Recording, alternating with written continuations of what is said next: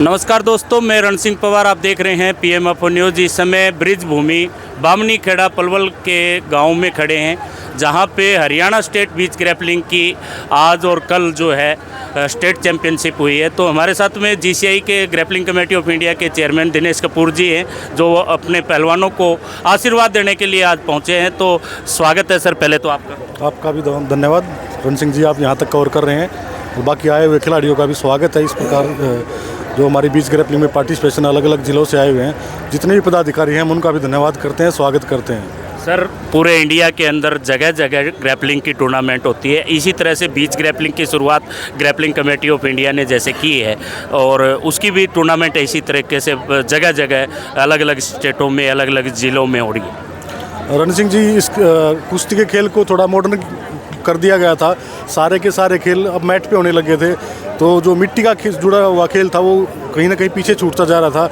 तो हमने उसकी शुरुआत की है कि जो मिट्टी से जुड़ा हुआ खेल था, जो ग्रामीण अंचल का था, जो ग्रामीण क्षेत्र के बच्चे खेलते थे, वो हमारी जो प्राचीन परंपरा वो नहीं छूटनी चाहिए। इसलिए हमने बीच ग्रैपलिंग को स्टार्ट किया है, जिसका पिछली बार हमने शायद पानीपत में किया था स्टेट चैंपियनशिप। आज अलग अलग ज़िलों में हम हर बार कर रहे हैं, ताकि इस खेल को हम फिर से ग्रामीण अंचल से दोबारा से उठाकर और जो हमारी मिट्टी की कुश्ती है उसको फिर से जागृत कर सकें।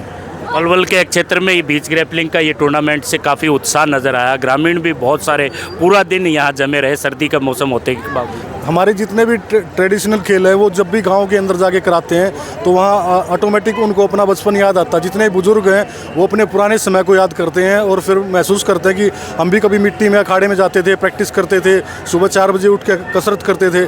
इन खिलाड़ियों को देखकर उनका मन दोबारा से जागृत होता है और फिर वो भावनाएं बाहर निकलती हैं। इसीलिए वो ज़्यादा से ज़्यादा यहाँ हुटिंग करते हैं और ज़्यादा से ज़्यादा देखने के लिए आते हैं। ग्रैपलिंग की बात करें तो आपके नेतृत्व में अंतर्राष्ट्रीय स्तर की पहचान भारत ने बनाई है। तो बीच ग्रैपलिंग दूसरा साल है अब की वर्ष है, तो इसमें भविष्य क्या देखते हैं?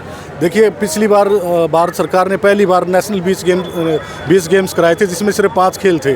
तो हर बार उसमें खेल जुड़ते जा रहे हैं। तो हमने इस बीच ग्रैपलिंग को इसीलिए स्टार्ट किया था कि जो हमारी फर्स्ट प्रायोरिटी है इसको कि नेशनल गेम के अंदर इसको पहुंचाया जाए।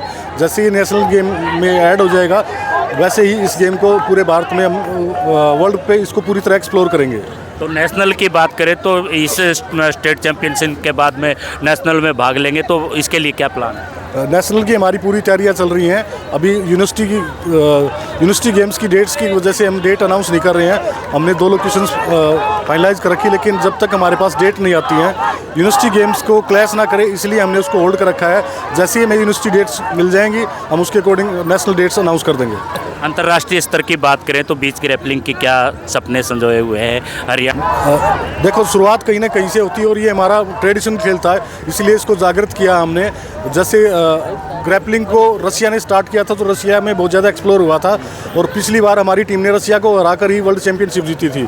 तो उसी प्रकार से जब एक खेल को हमने शुरू किया है, तो जैसे कबड्डी भी हमारा ही खेल था, धीरे धीरे करके उसकी एशियाड होने लगी। अब की बार शायद वर्ल्ड कप तक जाने की चांसेस हैं उसके।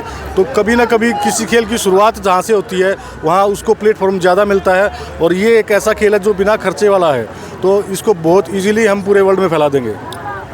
हमारे साथ में दिनेश कपूर जी चेयरमैन जीसीआई के जुड़े हुए थे, इनसे बातचीत की ग्रैपलिंग को लेकर के। और बीच ग्रैपलिंग की बात कर रहे हैं, ग्रैपलिंग को लेकर के क्या आगे की कार्यक्रम रहेंगे? देखिए, अभी तो ये महीना हमारा सिर्फ मीटिंग्स का रहेगा, कैलेंडर इशू होगा और 26 जनवरी के बाद आगे के जितने प्रोग्राम होंगे कैलेंडर के माध्यम से आपको सूचित कर दिए जाएंगे। वर्ल्ड लेवल पे भी वही प्रक्रिया रहती है कि दिसंबर को हमारा क्लोज होता है। हम बीच को इसलिए सर्दियों में लेके चले हैं कि नॉर्थ इंडिया में टेम्परेचर काफ़ी कम होता है। इस टाइम पे हमारे खिलाड़ी साउथ के एरिया में जाके थोड़ा टेम्परेचर को भी वहाँ के समझ सकते हैं, वहाँ की भाषा को समझ सकते हैं, और बीच पे जाएंगे तो ये सर्दी का मौसम नहीं रहेगा।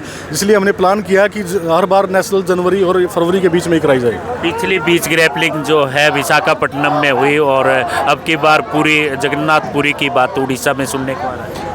देखिए, मैंने कहा कि हमने 2-3 जगह चिन्हित कर रखी है। हमने सूरत में भी काम किया है, बॉम्बे में भी किया है, पुरी में भी कर रखा है।